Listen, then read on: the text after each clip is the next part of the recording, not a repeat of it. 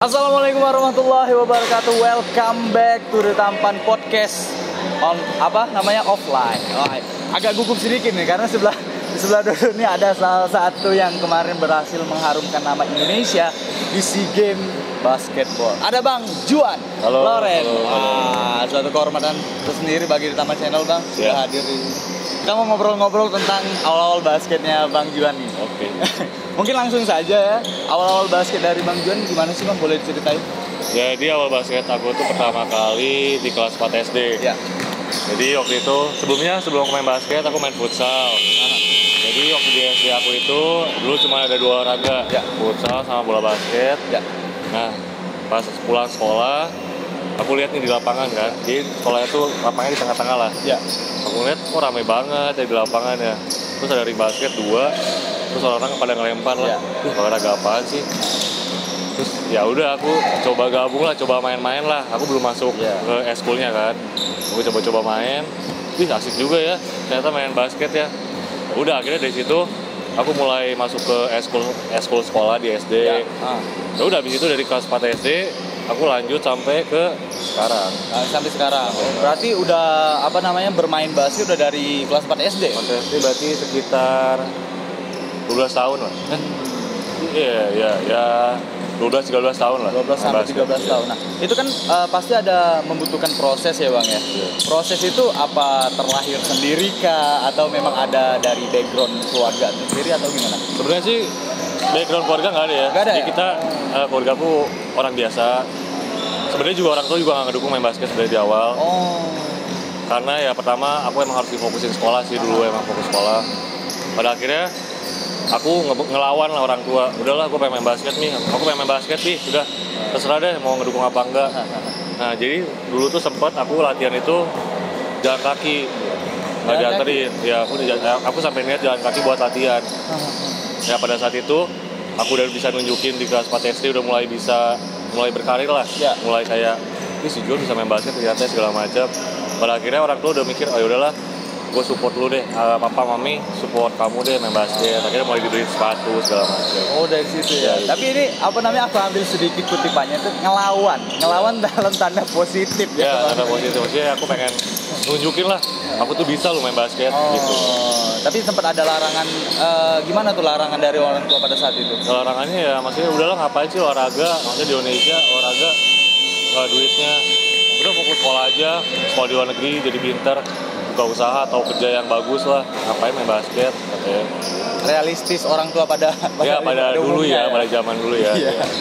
Nah, kemudian pada saat itu udah kurang lebih 10 tahun, mungkin 12 sampai 13 tahun itu terjun ke liga profesionalnya itu gimana ceritanya, Bang?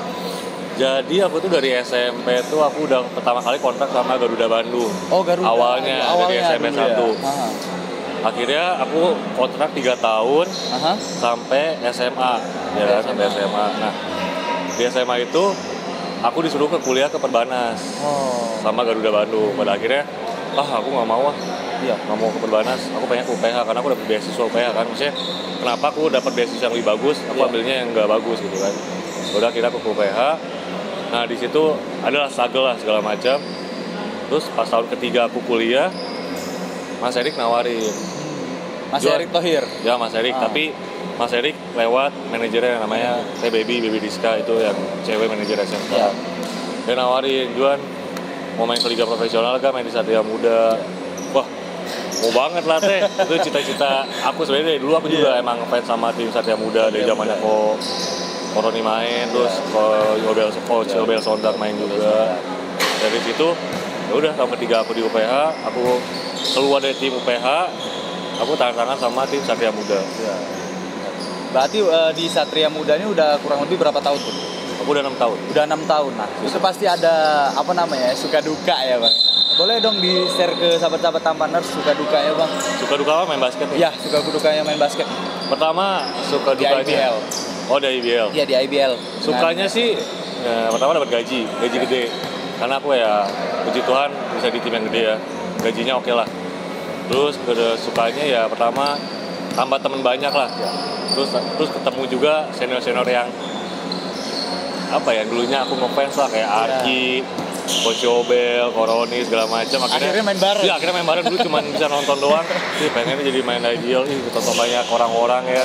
Banyak ya ceweknya segala macam kan, anak basket terkenalnya. Ya pada saat itu ya, ternyata kesampaian ya.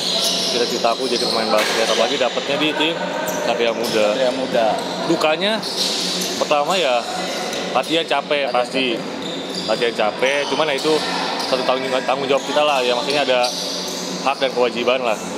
Terus dukanya juga aku sebenarnya jauh dari orang tua, karena kan aku merantau kan dari Bandung, aku orang Bandung, aku harus pindah ke Jakarta, aku harus tinggalin orang tua beberapa tahun buat berkarir. Terus apa lagi ya? Ya dukanya paling itu sih, kalau kena cedera segala macam itu hal yang paling apa ya, ditakutkan sih kalau sebagai atlet. Nah, itu tadi suka dan duka ya, Pak. Kalau misalnya ada pemain-pemain nih dari daerah manapun yang mau naik ke IBL, apa yang mungkin istilahnya bekal yang harus dibawa, apa bekal yang harus disiapkan untuk sebelum naik ke IBL?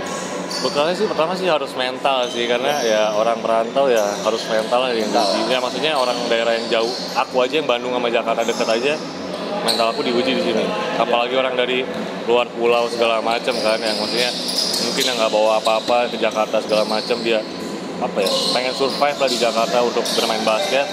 Paling mental sih, mental berjuang lah pokoknya, jangan takut lah pokoknya. Ya maksudnya semua pemain, semua orang bisa lah ada kesempatan di Liga IBL sih, bisa masuk IBL. Asalkan ya dia punya mental pengen menang, nggak mau kalah. Dan juga punya mental dan juga kerja keras serta doa. Luar biasa sekali. Dan kemarin belum lama ini for your information juga buat sahabat-sahabat Tampaners, mungkin udah pada tahu Bang Joel Loren ini merupakan salah satu gold medalis SEA Games basketball di Vietnam. Nah, boleh dong diceritain pengalamannya pas kemarin, Bang. Ini yang intinya ini. Merinding sih. Iya, merinding ya. Aku sampai merinding ya sampai sekarang, serius. Apalagi kemarin sempet ngobrol sama Bang Ferry Jupri, asistennya itu, wah, itu yang di pinggir lapangan aja merindingnya luar biasa, apalagi yang kalian pemain. Gimana Bang kemarin, Bang? Ya kemarin puji Tuhan lah, Indonesia dapat berkat, first time gold medal, kita bikin sejarah Indonesia. Ya kita ngewakilin basket di Indonesia. Puji Tuhan bisa dapat gold medal ya. Apa ya rasanya? Pertama sih dari awal datang ke Vietnam, aku nggak ada pikiran gold medal, nggak ada. Sama sekali nggak ada. Ya paling mentok, karena kita targetnya silver Indonesia ya, mikirnya Filipina udahlah bisa lah ya.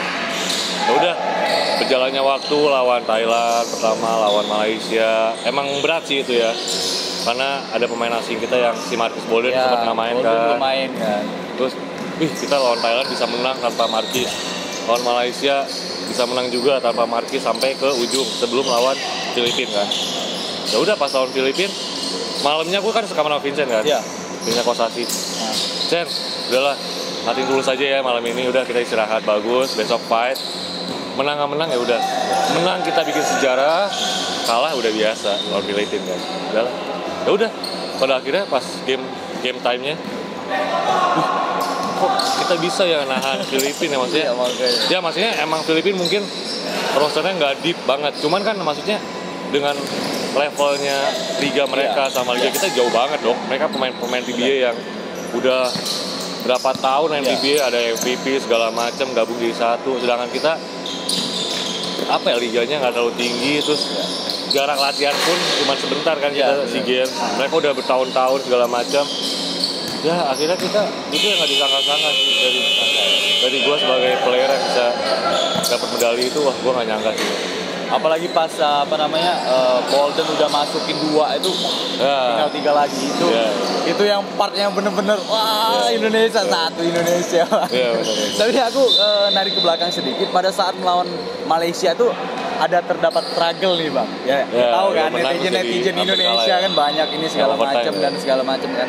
Itu gimana buat kalian tuh bisa biar bisa membangkitkan semangat kalian lagi setelah para netizen? Gimana itu? Sebenarnya sih karena kita udah dewasa ya, kebanyakan tim kita udah dewasa, udah berumur juga segala macam. Jadi kalau kita nggak ngelihat sih, kita nggak ngelihat netizen mau komen apa segala macam. Kita anggap aja itu kritikan yang baik lah buat kita. Maksudnya menurut kita tuh ya kalau orang yang muji-muji itu malah buat bahaya buat kita. Karena ya orang kita kalau kita dipuji gampang tersanjung, jatuh suatu saat. Kalau orang kritikan netizen membangun. Contohnya Pras. Ya. Tim 1 kan Ya. bad play kan. Benar. Netizen berkoar. Ya, berkoar. And then after that dia buktiin gue layak main di tim. Ya. Gue layak masih di squad. Udah sampai akhirnya Pras dan kita bisa dapat gold medal ya, netizen pun mungkin diam. Iya. Gitu. Kalau kita sih nggak dengerin netizen sih, kita nggak fokus, kita fokus sama game plan kita fokus sama tim kita gimana cara bisa dapetinnya apa yang kita mau. Intinya tetap fokus, tidak usah hiraukan omongan orang segala macam. Yang penting kalau misalnya ada orang yang berkritik atau jadi ke kritik membangun. Iya, gitu. Jangan langsung masukin dalam hati. Ya, Contohlah Bang Juan dan abang-abang timnas Indonesia yang lainnya. Ya. Masih merinding aku serius lagi ini ceritanya. Walaupun udah berapa bulan yang lalu ya. Ya. Pokoknya secara langsung Rashid Dodo ngucapin selamat Bang. Siap. Selamat sudah membanggakan, membuat sejarah setelah 33 tahun ya. Iya. 33 tahun belum pernah mendapatkan gold medal dan pada 2022 kemarin dapat gold medal. Wah, ini masih nih. Ngucapin langsung ke Bang Juan nih. Nah Bang, ada 2 pertanyaan terakhir. Kira-kira target Bang Juan ke depan apa? Target pribadi aku ini 2 lapang sama dalam lapang. Ya, target 2 lapangan. 2 lapang. Pertama di luar lapang lah ya. Semoga aku cepat menikah lah. Ya. Karena aku udah berumur juga segala macam. Aku pengen punya pasangan dan pengen punya keluarga kecil juga. Untuk di karir, aku pengen repeat. Aku pengen bikin histori sendiri. Aku pengen di SM aku bisa juara 3 kali berturut-turut. Terus aku pengen juga kalau bisa ada tawaran. Ya sebenarnya ada tawaran aku main di liga luar. Ya doain semoga deal lah sama tawaran di liga luar. Wah, kita doakan. Paling itu aja sih. Kalau aku sih target pengen juara repeat sama kalau deal sama tawaran liga luar. Wah, di sini langsung dibuka. Ini pertama kali nih kayaknya. Eksklusif nih Taman channelnya. Bang Juan bakal ditawari di liga. Kita doakan mudah-mudahan yang terbaik buat karir Bang Juan ke depannya dan semakin grafiknya makin naik. Amin. Terakhir Bang, harapan untuk basket Indonesia dan kemudian kalau misalnya untuk basket anak-anak yang di Sumatera Selatan apa Bang? Ya paling jika kalian pengen sukses ya jangan patah semangat lah. Pertama ya kalau dari aku menekankan kalian harus disiplin. Ya, disiplin waktu, terus kalian harus punya attitude juga yang bagus di luar lapang atau di dalam lapang. Kalian juga harus bekerja keras juga. Ya pertama sih ya paling pertama buat aku ya jangan lupa berdoa lah karena semuanya juga kalian percuma kalian bekerja keras segala macam tanpa doa ya nggak ada apa-apa. Paling itu aja.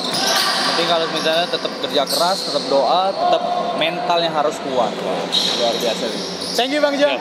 Udah hadir di Taman Podcast. Kalau misalnya udah gabung lagi. Oke, siap.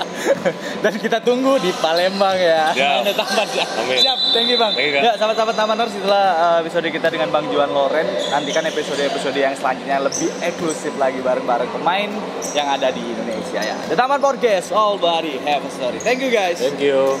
Thank you Bang. Thank you, Mas. Ya.